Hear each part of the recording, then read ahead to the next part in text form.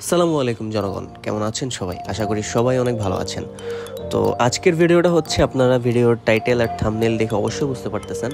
আজকের ভিডিওটা হচ্ছে আমি আমার বাইকের পলিটা চেঞ্জ করব এবং বাইকের আরও এক্সট্রা কিছু কাজ আছে, তো সেজন্য যাচ্ছে হচ্ছে বংশাল।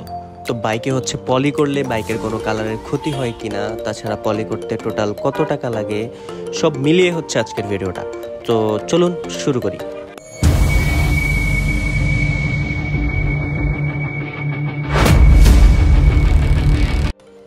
তো এখন আছি হচ্ছে রামপুরা থেকে এখন সরাসরি বংশাল যাব। আর ঢাকা শহরে এখন জ্যামের কি অবস্থা সেটা বলতে পারছি না, তো দেখতে থাকেন, অবশ্যই আপনারা দেখবেন। মূলত যাচ্ছে হচ্ছে আমার বাইকের পলিটা উঠিয়ে নতুন আর একটা পলি করব, এটাই হচ্ছে মেইন কারণ। আর তার পাশাপাশি যেহেতু বংশাল যাচ্ছি, তো চিন্তা করলাম এক্সট্রা যে আমার কাজগুলো আছে বাইকের সেগুলো করিয়ে নেওয়া যাবে। তো সব মিলিয়ে আজকের ভিডিওটা দেখতে থাকেন।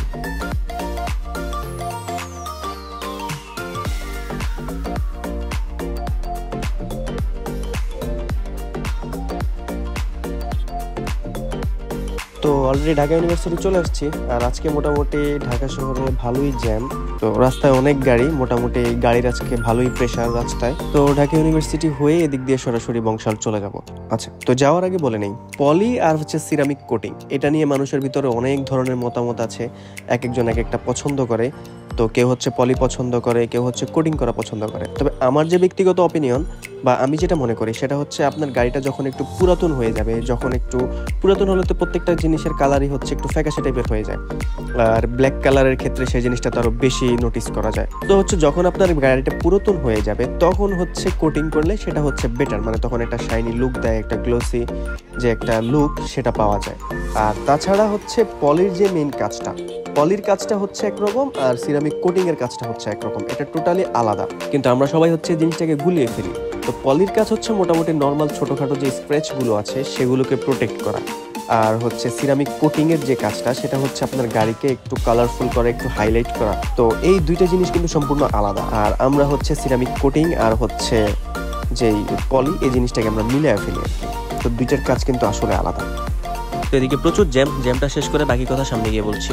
তো এই তো যেটা বলতেছিলাম আর কি, সিরামিক কোটিং আর হচ্ছে পলির কাজ মোটামুটি আলাদা। তো আবার দুটো যদি কস্টিং এর হিসেব করি, তাহলে হিসেব করতে গেলে হচ্ছে সিরামিক কোটিংটা হচ্ছে একটু বেশি এক্সপেন্সিভ আর পলিটা হচ্ছে মোটামুটি এফোর্ডেবল, মানে যে কোনো টাইমে পলিটা করা যায়। তো কথা বলতে বলতে বংশাল চলে আসছি। এই বংশাল হচ্ছে এখান থেকে শুরু করে একবার শেষ মাথা পর্যন্ত সব হচ্ছে বাইকের অ্যাক্সেসরিজ, পার্টস এবং সব বাইকের যাবতীয় পার্টসের দোকানপাট আর কি। তো আপনাদের যদি বাইকের কোনো পার্টস বা যে কোনো কিছুর প্রয়োজন হলেই আপনারা বংশাল চলে আসতে পারবেন। হ্যাঁ, আরেকটা জায়গা আছে, সেটা হচ্ছে মিরপুর 10 নম্বর। তো বংশালের মতোই হচ্ছে মিরপুর 10 নম্বরে মোটামুটি বাইকের সব অ্যাক্সেসরিজ এবং পার্টস মোটামুটি রিজনেবল প্রাইসে পাওয়া যায়। তো আমি এখন হচ্ছে আমার পরিচিত একটা দোকানে যাব, যেখান থেকে আমি মোটামুটি আমার বাইকের সব কাজ করাই। আর আমি যেখান থেকে করাই সবসময় এক দোকান থেকে করানোর ট্রাই করি, তাহলে হচ্ছে ট্রাস্টেড যে ব্যাপারটা সেটা হচ্ছে মোটামুটি পাওয়া যায়, বা স্যাটিসফ্যাকশনের যে ব্যাপারটা সেটা পাওয়া যায়। তো চলুন সেখানে যাই, একবার সেখানে গিয়ে কথা হচ্ছে। তো চলে আসলাম ভাইয়ের দোকানে। আর ভাইদের দোকানটা হচ্ছে আপনাদের যে বংশাল যে পার্কটা, পার্কের ঠিক পাশেই। তো দোকানের নাম হচ্ছে নিউ তারেক এন্টারপ্রাইজ। তো এখানে আসলে হচ্ছে আপনারা এই যে ছোট্ট সাকিবকে পেয়ে যাবেন। এই যে দাঁড়িয়ে আছে সাকিব, আমাকে বলে দিচ্ছে বাইক কোথায় রাখবো। ও হচ্ছে খুবই ফ্রেন্ডলি, ও হচ্ছে মোটামুটি ভালোই কাজ জানে। তো আপনারা আসলে যদি ওর সাথে কথা বলেন, ওর সাথে কথা বললে হচ্ছে আপনাদেরকে অনেক হেল্প করবে। আর আমার কথা বললে অবশ্যই চিনে আপনাদেরকে ভালো সাজেশন দেবে বা সবকিছুর প্রাইস মোটামুটি কমিয়ে রাখার ট্রাই করবে। তো অলরেডি আমার বাইকের কাজ স্টার্ট হয়ে গিয়েছে। সাকিব হচ্ছে তার একটা ফ্রেন্ড সহ দোকানের আরেকজন লোক নিয়ে হচ্ছে আমার বাইকের পলি তোলার কাজে ব্যস্ত। সো দেখতে পাচ্ছেন সাকিব খুব যত্ন সহকারে বাইকের পলি তুলছে। আর বাইকের পলি তোলার ক্ষেত্রে হচ্ছে যে জিনিসটা আপনাদের খেয়াল রাখতে হবে আপনারা নিজে দাঁড়িয়ে থেকে, সেটা হচ্ছে পলি তোলার সময় যেন কোনো কিছু দিয়ে খোঁচা না দিয়ে হচ্ছে পলিগুলো না তুলে আলতোভাবে হচ্ছে পলিগুলো তুলতে হবে। তো চলুন পলি খুলতে খুলতে সাকিবের সাথে একটু কথা বলি। 18 উঠাইলে কি হবে বলো? কয় লাখ? 2 লাখ টাকা বিক্রি করা যাবো না? এই যে আঠাগুলা যে লাগে আছে, উঠাইলে নতুন মতো লাগবে। গুড। আচ্ছা, পলি কয়দিন পর পর চেঞ্জ করা ভালো বলো তো? 1 বছর রাখা যায়? 1 বছর রাখলে সমস্যা হয় না? আচ্ছা, 2-3 বছর হলে সমস্যা, কিন্তু 6 মাসে চেঞ্জ করা ভালো। আর পলি পরিবর্তন করতে কত টাকা লাগে সেটা হচ্ছে আপনারা 400 থেকে 600 টাকার মধ্যেই আপনারা আপনাদের পলি চেঞ্জ করে ফেলতে পারবেন। আর অবশ্যই দরদাম করে নেবেন। তো বাইকের পলি ওঠানোর কাজ প্রায় শেষ, এখন হচ্ছে পলি লাগানোর পালা। সো ওরা চেক দিচ্ছে আর কোথাও কোনো পলি লেগে আছে কিনা। তো তো সবশেষে এখন হচ্ছে পলি লাগানোর পালা।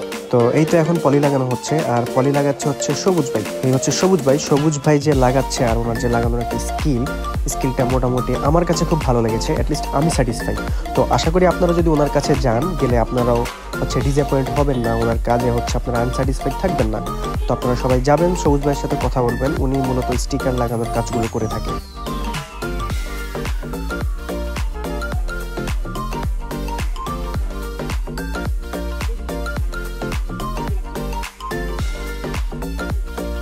তো চলুন পলি লাগাতে হচ্ছে ওনাদের দোকানটা একটু ঘুরে আসি। ওনাদের দোকানে হচ্ছে মূলত কি কি পার্টস বিক্রি করা হয়, কি কি জিনিসপত্র বিক্রি করা হয়, সেগুলো একটু দেখে আসি।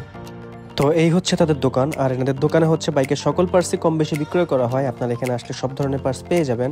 আর বেসিক্যালি হচ্ছে ওনারা লাইটিং এর কাজ করে আর হচ্ছে স্টিকারের কাজ করে থাকে। তাছাড়াও বাইকের সব রকমের পার্টস ওনারা সেল দিয়ে থাকে।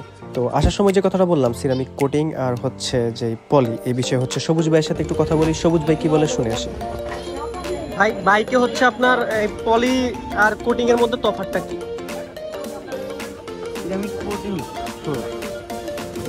ওটা হচ্ছে আপনার হয়তো পুরনো গাড়ি ব্যবহার করলে দেখা গেছে একটু গ্লেজ দেয়, শাইনিং। আর পলিটা হচ্ছে আপনি স্কেচ প্রোটেক্ট করে।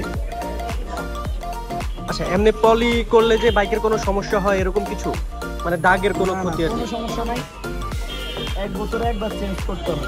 বছরে একবার চেঞ্জ করলে আর কোনো সমস্যা হয় না? সমস্যা হয় না। আচ্ছা, 5 বছরে অনেকে উঠায়, তখন যে সমস্যা হয়, রঙের এই পলির টেম্পার চলে যায়, সমস্যা। আচ্ছা আচ্ছা, বছরে একবার চেঞ্জ করলে আর কোনো সমস্যা হয় না।